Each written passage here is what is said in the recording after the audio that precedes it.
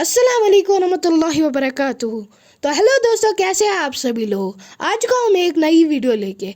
आज इस वीडियो में मैं आपको करवाने जा रहा हूँ क्लास 9 का मैथ्स चैप्टर नंबर 2 पॉलिनोमियल्स की पहली एक्सरसाइज। ठीक है, मैंने पॉलिनोमियल्स की इंट्रोडक्टरी वीडियो बना दी है। अगर किसी ने वो नहीं देखी तो पहले वो देख ले, ठीक है, क्योंकि मैंने उसमें सारे कंसेप्ट्स क्लियर कर दिए। मैंने पिछली वीडियो में एक टर्म गलत कह दी थी कि कांस्टेंट और कोफिशिएंट एक ही होते हैं, मगर वो नहीं होते। अब हम कांस्टेंट और कोफिशिएंट के बिटवीन डिफरेंस फाइंड करेंगे। तो चलिए शुरू करते हैं। A constant is a value that remains unchanged in an equation. Constant वो वैल्यू है जो कभी चेंज नहीं होती किसी इक्वेशन में. While a coefficient is a numerical value that is multiplied by variable in an equation. जबकि coefficient वो न्यूमेरिकल वैल्यू है जो हम वेरिएबल से मल्टीप्लाई करके मिलता है हमें किसी इक्वेशन में. In short, constant remains separate. Constant जो है वो अलग रहता है, ठीक है, in an equation. For example, y is equal to 2x plus 5. y is equal to 2x plus 5. y भी वेरिएबल है, ये x भी वेरिएबल है, ठीक है. ये 2 जो है ये पहले कांस्टेंट था, फिर हमने इसे वेरिएबल से मल्टीप्लाई किया तो ये कोफिशिएंट बन गया. ये अभी भी कांस्टेंट ही है क्योंकि इसे किसी वेरिएबल से अभी मल्टीप्लाई नहीं किया. जब इसको भी करेंगे तो ये भी कोफिशिएंट आ जाएगा, ठीक है. 2 इज कोफिशिएंट ऑफ x. 2 जो है ये कोफिशिएंट है x का. And 5 is the constant. 5 separate है, अलग है, तो ये कांस्टेंट है और इसका वैल्यू कभी चेंज नहीं होगा. x और y का वैल्यू चेंज होता रहेगा, ठीक है. और एक चीज समझ लेते हैं. A polynomial having degree 0 is equal to 1. कोई भी पॉलिनोमियल जिसकी जिसका एक्सपोनेंट 0 हो वो इक्वल होगा 1 के, ठीक है. यहाँ पर हम एक एग्जांपल लेंगे. 4x raised power 0. ये जो ये वेरिएबल है x, इसके ऊपर रेज्ड है 0, ठीक है. अगर मैंने अभी बोला पॉलिनोमियल हैविंग डिग्री 0, कोई भी पॉलिनोमियल जिसका एक्सपोनेंट 0 होगा वो इक्वल होगा 1 के. तो हम इस तरह से इसको लिख सकते हैं 4 मल्टीप्लाइड बाय इस x रेज्ड पावर 0 के बदले 1, ठीक है. और ये 4 1 जा 4.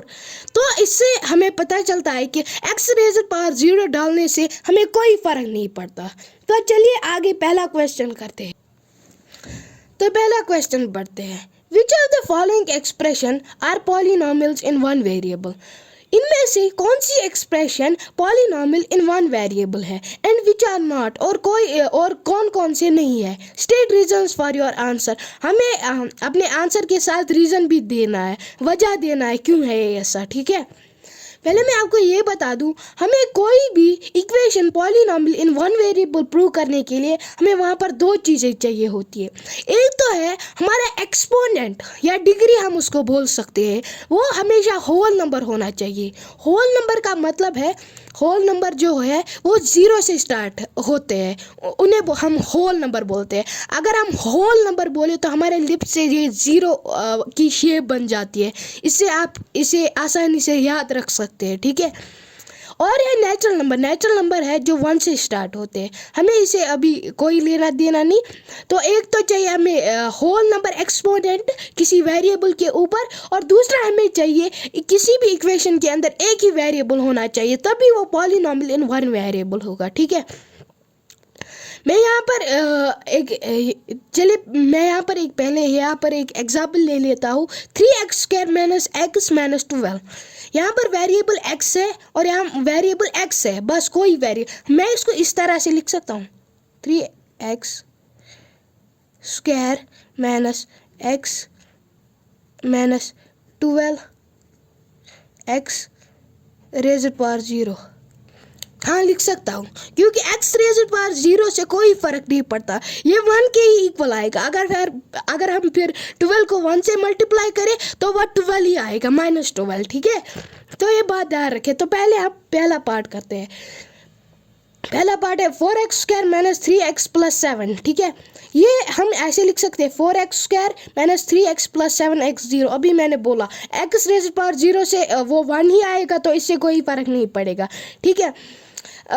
therefore it is a polynomial. हम ऐसे लिख सकते हैं, it is a polynomial. Polynomial है ना, ये पॉलिनॉमियल। पॉलिनॉमियल तो ये है ही, इन वन वेरिएबल लिख सकते हैं इसको।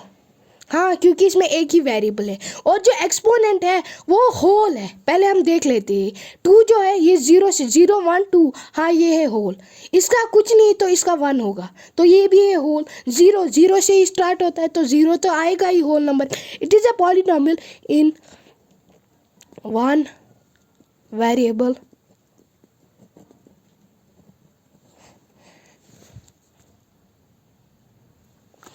तो मैंने इसको इस तरह से लिख लिया, it is a polynomial in one variable that is x. X सी जो है ये इसमें एक ही वेरिएबल तो है, तो इसलिए वो जो है एक्स, ठीक है। और एक्सपोनेंट्स आर होल, एक्सपोनेंट जो सारे हैं वो होल है, ठीक है। तो चलिए दूसरा पार्ट करते हैं, y square plus under root two. Y square को हम ऐसे लिख सकते हैं, y square plus under root two x raise power 0। हाँ लिख सकते हैं, क्यों? क्योंकि यहाँ पर 1 आएगा तो इससे कोई फ़र्क नहीं पड़ेगा। सॉरी यहाँ पर y आएगा, सॉरी y आएगा यहाँ पर, y मगर ये अंडर रूट इसका नहीं है, बस ये अंडर रूट 2 का है, ठीक है। Under root 2 y raise power 0, ठीक है। इट इज़ हम इसको लिख सकते हैं, पहले मैं लिख लेता हूँ, उस वो वीडियो में स्किप कर लेता हूँ। तो मैंने इसको इस तरह से लिख लिया, it is a polynomial in one variable that is why and exponent. पहले हम एक्सपोनेंट देख लेते हैं, होल है कि नहीं। 2 है, होल नंबर है, ठीक है। 0 भी है, 0 भी होल नंबर है, ठीक है। एक्सपोनेंट आर होल, ठीक है। आ गया ये भी,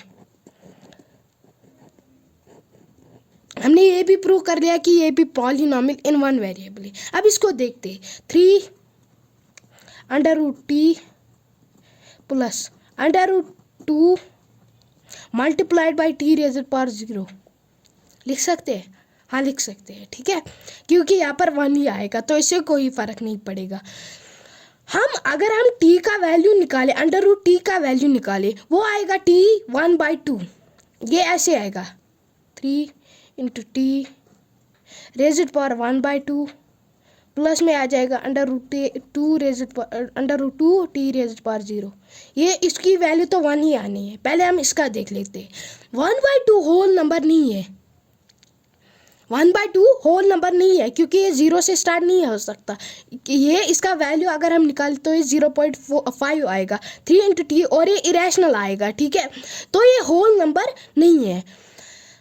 फिर हम ऐसे अगर हम ऐसे इसका रीज़न लिखे, it is a polynomial, it is not a polynomial in one variable, ठीक है, because exponents are not whole, ठीक है। हम इस तरह से इसका रीज़न लिख सकते हैं, वो आप खुद लिख लेना, ठीक है।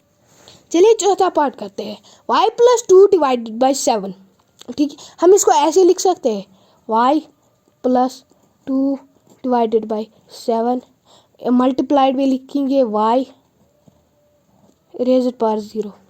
हाँ लिख सकते हैं, 1 से कोई फ़र्क नहीं पड़ता, ठीक है।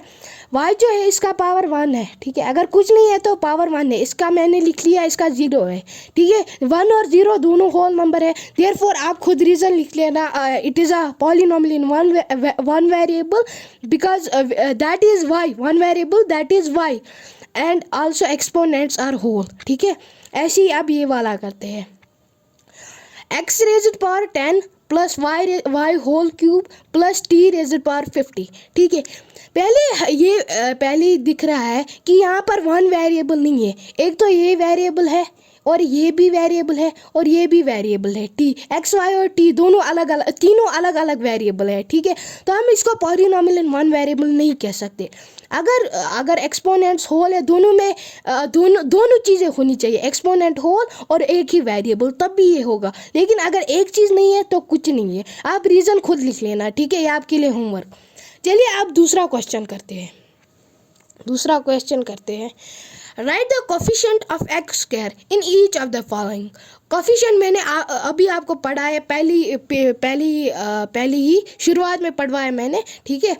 अब इसका कोफिशिएंट ढूंढते हैं, एक्स स्क्वायर के साथ जो मल्टीप्लाई है, 2 + x स्क्वायर + 1 + x, ठीक है। एक्स स्क्वायर, ये रहा एक्स स्क्वायर, इसका कोफिशिएंट ढूंढना है कि इसके साथ ये मल्टीप्लाई है कि नहीं। पहले हम 2 को देखें, 2 तो इसके साथ प्लस में है तो ये कोफिशिएंट नहीं होगा। हमने पाया था, वहाँ पर पढ़ा था कि वो वेरिएबल के साथ मल्टीप्लाई करके आता है। अगर हम यहाँ पर 1 लिख ले, 1x², ठीक है, 1x², x² है 1x²। आप बोलोगे कि 1 से कैसे कुछ फ़र्क नहीं पड़ता। आपके एक्सप्लेनेशन के लिए यहाँ पर लिख लेता हूँ मैं 2x², ये एग्जाम्पल है, इसमें से नहीं ले रहा मैं। 2x² plus x², 2x² plus x², ये दोनों ये आएगा 3x² आ जाएगा ना, ठीक है, 3x²। अब हम ऐसे लिखेंगे 2x² प्लस 1x²। अब हम 1x² लिखेंगे, ठीक है, 2x² प्लस 1x² आ जाएगा 3x², ठीक है। ये भी यही आया, ये भी यही आया, तो 1 ये असल में 1 है मगर हम लिखते नहीं है, ठीक है। तो हमारा यहाँ पर कोफिशिएंट आ जाएगा, कोफिशिएंट हम इसको इस तरह से लिख सकते हैं, कोफिशिएंट ऑफ x क्या निकला हमारा, 1 ही तो आया है, इज इक्वल टू 1, ठीक है।